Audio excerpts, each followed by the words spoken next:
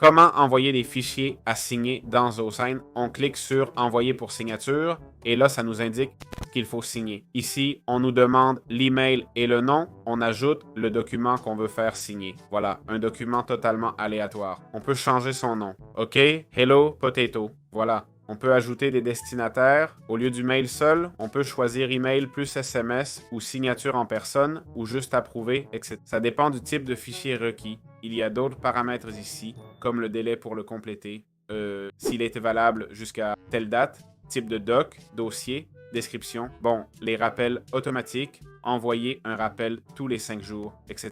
On clique sur Continuer.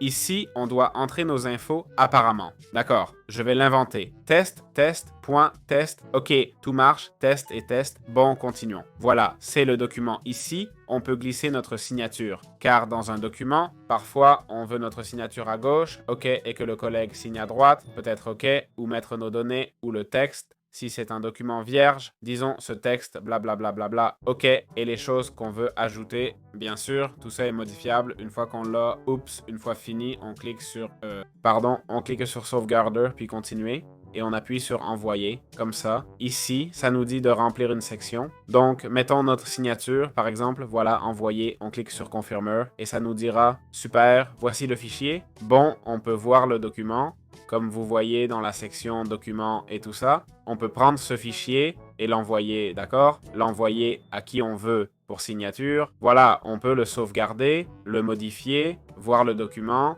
on peut le corriger, prolonger le document, c'est-à-dire la date limite de signature, envoyer un rappel, configurer les paramètres. OK. À la fin, vous devez voir que le destinataire, c'est-à-dire ce qu'on a mis ici au début d'un récipient, OK, cette personne a reçu ce mail pour signer, c'est le destinataire, ou comme je dis, je l'ai inventé, itest.test n'existe pas. Donc une fois fini, on va le supprimer et c'est bon. Voilà, c'est aussi simple que ça.